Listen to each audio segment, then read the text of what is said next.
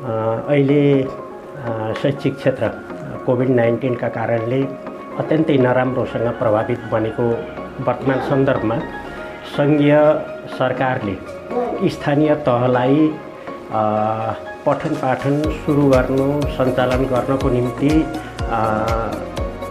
त्यो खालको व्यवस्था मिलाउन भनिसके पछाडि देवचुली नगरपालिकामा नगर शिक्षा समितिको बैठक सम्पन्न भएको छ। नगर शिक्षा समितिको बैठकले देवचुली नगरपालिकाको कोभिड-19 को प्रभाव, यसको असर र यसले देवचुली नगरपालिका भित्रका शैक्षिक संस्थाहरूलाई पारेको प्रभावका बारेमा हामीले गम्भीरतापूर्वक छलफल गऱ्यौँ, विश्लेषण गऱ्यौँ र अन्ततः हामी के निष्कर्षमा पुग्यौँ भने अब पठन पाठनलाई राज्यले निर्दिष्ट गरेका, स्वास्थ्य मन्त्रालयले निर्दिष्ट गरेका सुरक्षाका उपायहरूलाई अवलम्बन गरी पठन पाठन सुरु गर्नुपर्छ र अहिले 7 वटा विकल्पहरू सरकारले दिइरहेको सन्दर्भमा ती 7 वटा विकल्पमध्ये कुन विकल्पमा हामी जाँदाखेरि उपयुक्त हुन्छ भन्ने विषयमा विद्यालय व्यवस्थापन समितिहरूले गहन विश्लेषण गर्ने र त्यो विद्यालयको भौतिक संरचनालाई मध्यनजर गरेर पठन पाठन सुरु गर्न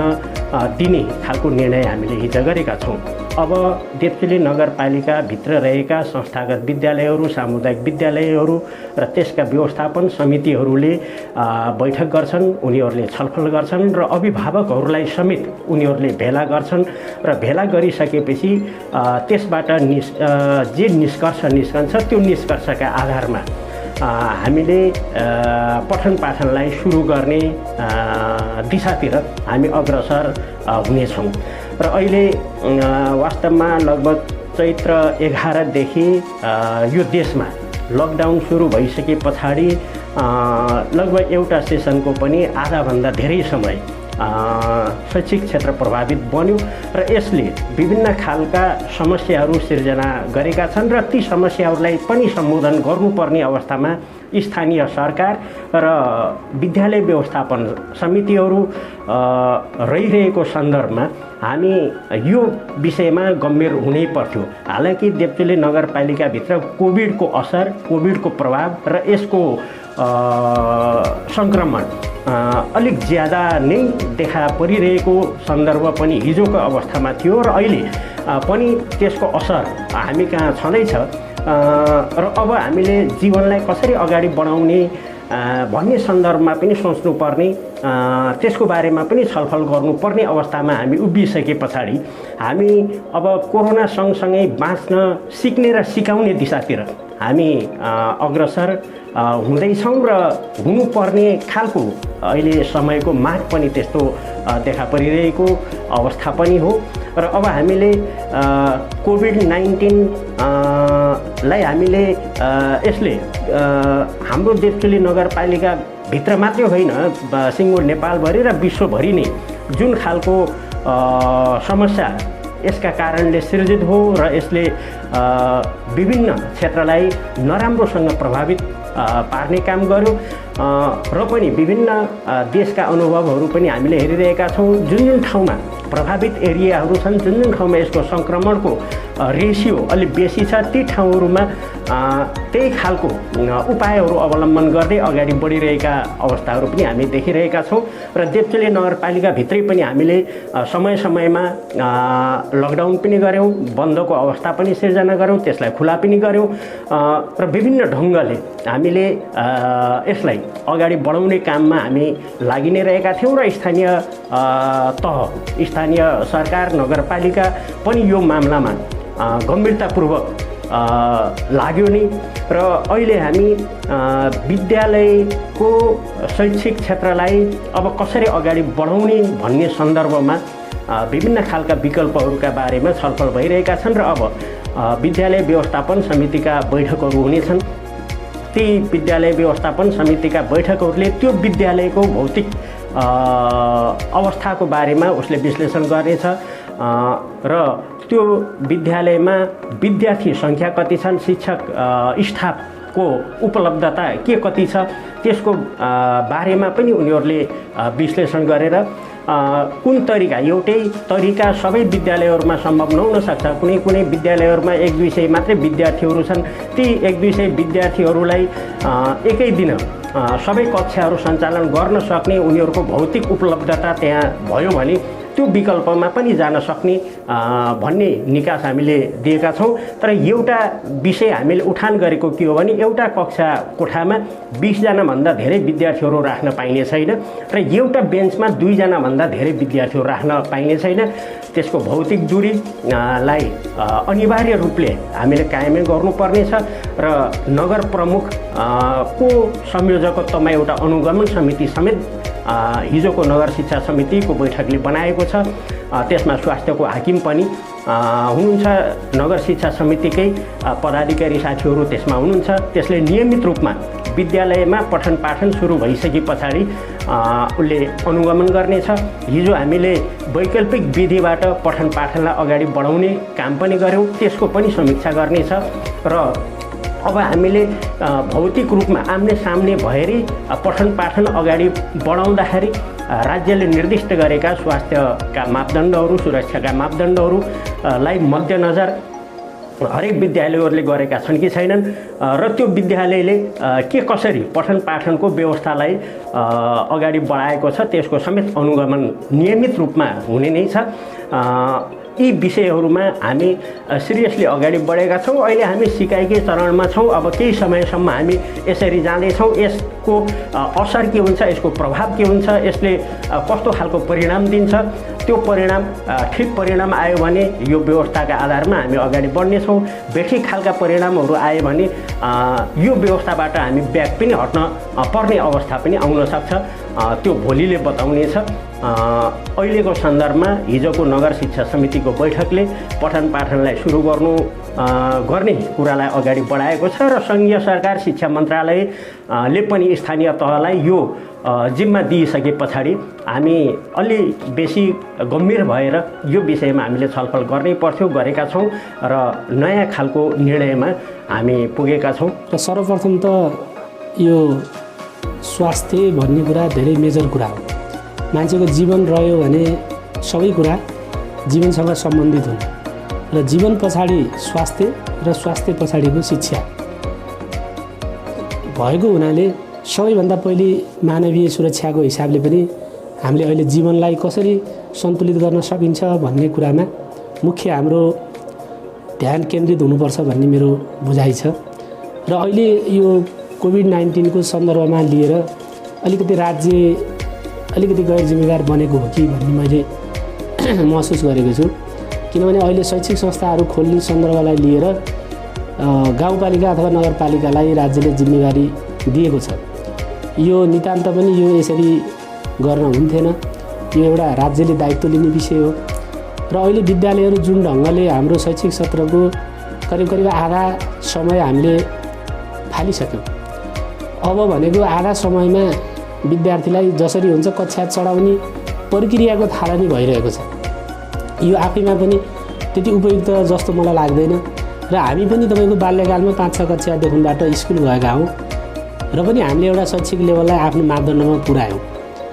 र अहिले जुन ढङ्गले हामीले 1 वर्षलाई यति ठुलो रूपमा लिनुपर्ने पनि छैन।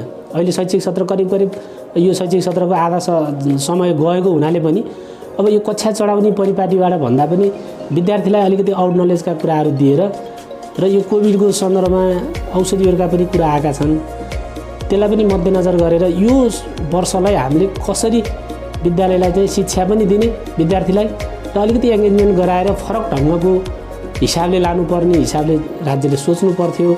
राज्य त्यहाँनिर चुक भएको छ र अब यही पेरिफेरीमा राज्यले चाहिँ स्थानीय गाउँपालिका वा नगरपालिकालाई जुन शिक्षा सञ्चालनको लागि अनुमति दिइसकेको छ र यो सन्दर्भमा अलिकति विद्यार्थीहरूको जमघट बढी हुने हुँदा र बालबालिकाहरू अलिकति साना पनि हुन्छन् र साना बालबालिकाहरू हाम्रा चाहिँ जुन स्वास्थ्यका मापदण्डहरू पालना गरेर शैक्षिक क्रियाकलापहरूमा सहभागी हुनलाई अत्यन्तै गाह्रो छ र त्यसले गर्दाखेरि कमसेकम पनि नर्सरी एलकेजी युकेजी भनौँ अथवा 1 सम्मको विद्यार्थीहरूलाई हामीले घरमै गृह कार्य गर्ने र वाज अभिभावकहरूले पनि अलिकति समय दिने, आफ्ना बच्चा बच्चीहरूलाई शिक्षामा मात्रै हामी शिक्षकहरूमा मात्रै भर परेर पनि हुँदैन, विद्यालयमा मात्रै भर परेर पनि हुँदैन र हामीले कमसेकम पनि 1 कक्षासम्मको विद्यार्थीहरूलाई हामीले घरमै राख्नुपर्छ भन्ने मेरो धारणा छ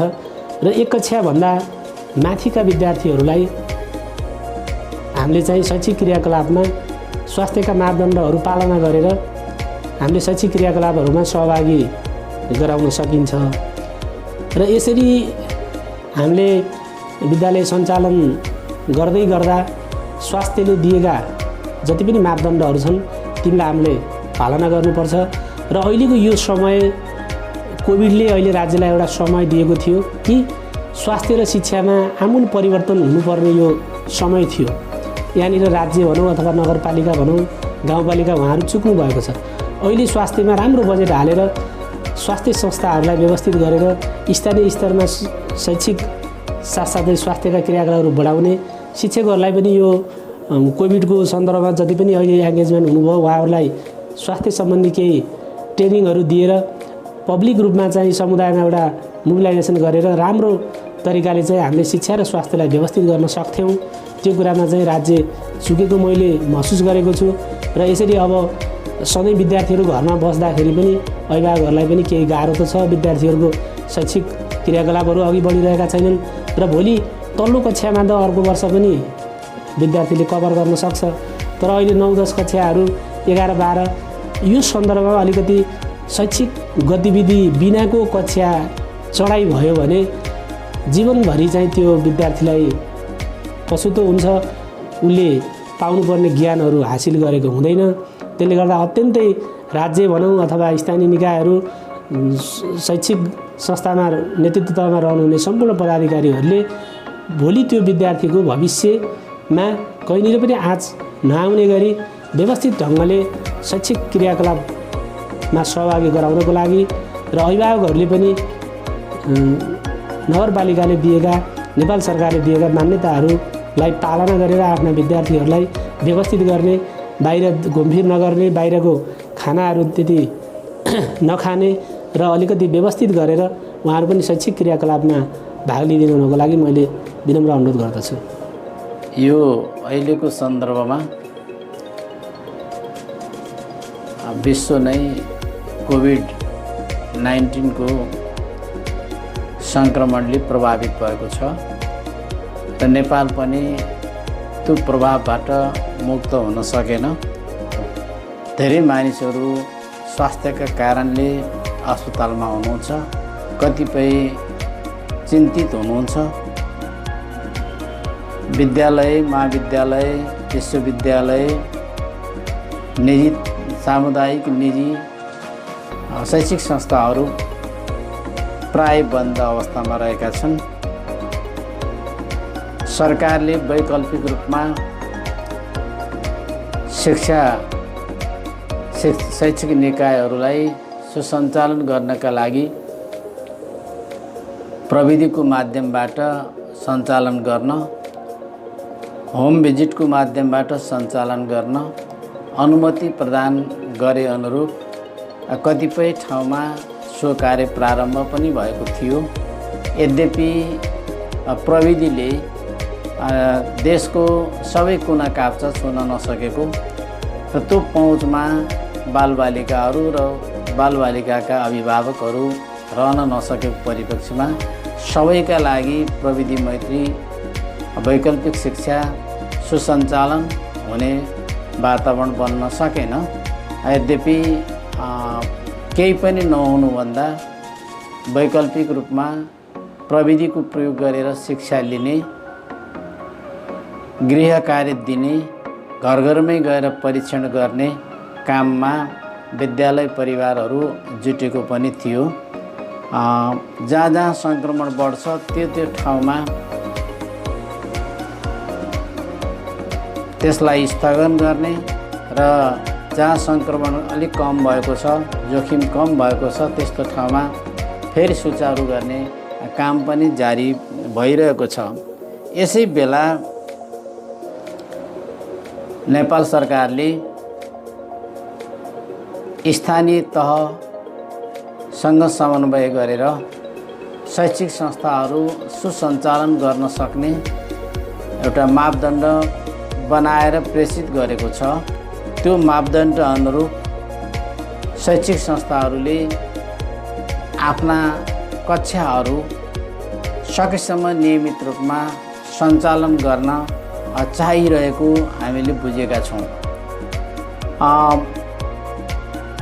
मलाई थाहा भएअनुसार देवचुली नगरपालिकाले पनि नेपाल सरकारले अगाडि सारेको 7 बुँदे मापदण्डलाई पालन गर्दै स्वास्थ्य मन्त्रालय, सुरक्षा निकाय, स्थानीय, प्रदेश र सङ्घीय सरकारले अगाडि सारेका स्वास्थ्यसँग सम्बन्धित मापदण्डहरूलाई पालन गर्दै शैक्षिक संस्थाहरू सुसञ्चालन गर्न सक्ने र यसमा पनि मुख्यतः कक्षा 1 देखि 12 सम्मका विद्यालयहरू सञ्चालन गर्न सक्ने भनी निर्देशन जारी गरे अनुरूप देवचुली नगरपालिकाले पनि परिस्थितिको मूल्याङ्कन गरी विद्यालय, परिवार, अभिभावक सङ्घ, नगर शिक्षा समिति, स्वास्थ्यकर्मी, सुरक्षाकर्मी समेतको सहभागितामा समन्वयमा विद्यालयहरू सुसञ्चालन गर्ने कुराको निर्णय गरेको भन्ने मैले थाहा पाएको छु।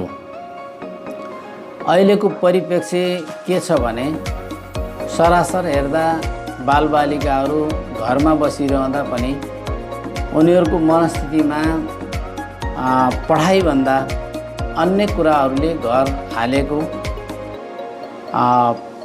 पढाइको कक्षाको विषयवस्तुभन्दा अन्य विषयवस्तुहरू हेर्ने, अध्ययन गर्ने, मोबाइल, टेलिभिजनमा अल्झिने स्वभावको वृद्धि भएको, कतिपय बालबालिकाहरू टोलिने, निराश हुने र घर परिवारबाट छरछिमेकबाट हिंसामा, दुर्व्यवहारमा परेको, कतिपय यौन हिंसामा समेत परेको भन्ने सूचनाहरू हामीले वास्तवमा प्राप्त गरिरहेका छौँ।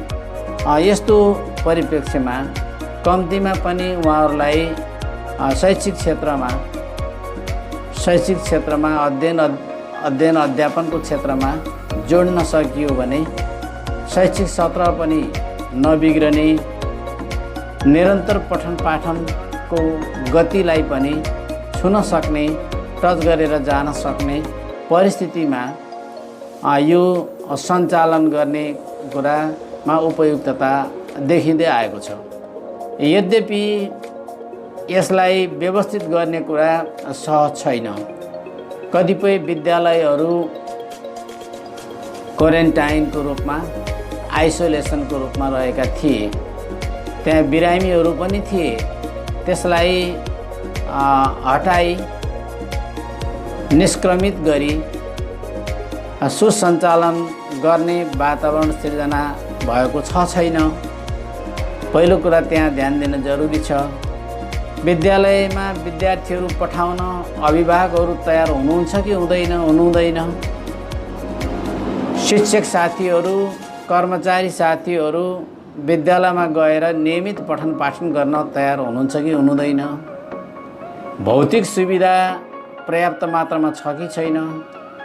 स्वास्थ्यका मापदण्डहरू कोभिड-19बाट बच्ने उपायको सन्दर्भमा आवश्यक पर्ने सामग्रीहरू त्यहाँ पर्याप्त छन् कि छैनन्, जुटाइ छ कि छैन? भौतिक सुविधामा पनि कक्षा कोठा कस्ता छन्, विद्यार्थी सङ्ख्या कति छन्, अनि त्यसलाई कसरी व्यवस्थित गर्ने र त्यसलाई निरन्तरता दिने भन्ने सन्दर्भमा पनि जटिलता छ। त्यो जटिलताको बिचबाट पनि विकल्पको रूपमा मलाई लाग्छ यो पूर्णताभन्दा पनि परीक्षणकै रूपमा यसलाई अगाडि बढाउने गरी निर्णय भएको हुनसक्छ। मैले सुनेको छु 1-2 हप्ता यसलाई प्रयोग गरेर हेरौँ कति यो ठिक हुन्छ, त्यसपछि अन्य व्यवस्थापन गरेर अगाडि बढ्नुपर्छ भनेर भनिएको छ। र सबैभन्दा पहिला यो कक्षा सञ्चालन गर्ने निर्णय त भइसक्यो, यद्यपि यसको तयारीमा जुट्नका लागि सम्बन्धित पक्षहरूलाई म अनुरोध गर्न चाहन्छु। अहिले हामी सबै सम्पूर्ण विश्वभर नै हामी सबै जटिल मोडमा छौँ। सबैले आफ्नो जीव ज्यानको सुरक्षाको चिन्ता छ। यस क्रममा सबैभन्दा बढी संवेदनशील क्षेत्र भनेको विद्यालय क्षेत्र हो। सानसाना बालबच्चाहरूसँग हामी डिल गर्छौँ र समुदायसम्म पहुँच हुने वर्ग पनि यही नै हो। त्यसले गर्दा यो क्षेत्र अति नै संवेदनशील मानिन्छ। अब अहिले यो सङ्क्रमण सुरु भएको चैतदेखि यता लकडाउन भएको नि 8 महिना भइसक्यो। 8 महिनाका दौरानमा लकडाउन भएर बसेको छौँ। यो बिचमा हामीले विद्यार्थीहरू शिक्षाको पहुँचबाट भित्रै परुन् भनेर अनलाइन क्लासहरू हामी सञ्चालन गऱ्यौँ।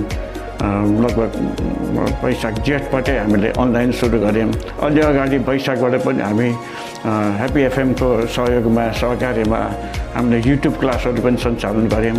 जेठ महिनाबाट हामीले अनलाइन क्लास पनि सुरु गरेर निरन्तर रूपमा चालु छ।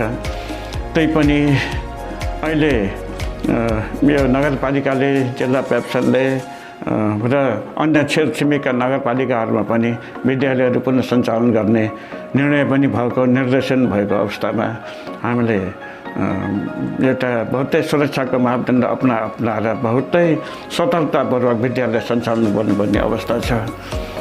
र अन्त कतिको सुरक्षित छ छैन भने तथा भन्नुपर्दा मेरो आफ्नो व्यक्तिगत विचार के छ भने अझै पनि हामी सुरक्षित अवस्थामा छैनौँ। किन सङ्क्रमण बढ्दो छ, संसारभरि सङ्क्रमण दोस्रो सेकेन्ड वेभ आइरहेको छ, जताततै लकडाउन भइरहेको छ, विद्यालयहरू बन्द गरिएका छन्। यस्ता बेलामा हामी विद्यालय सञ्चालन गर्ने निर्णयमा हामी पुगेका छौँ।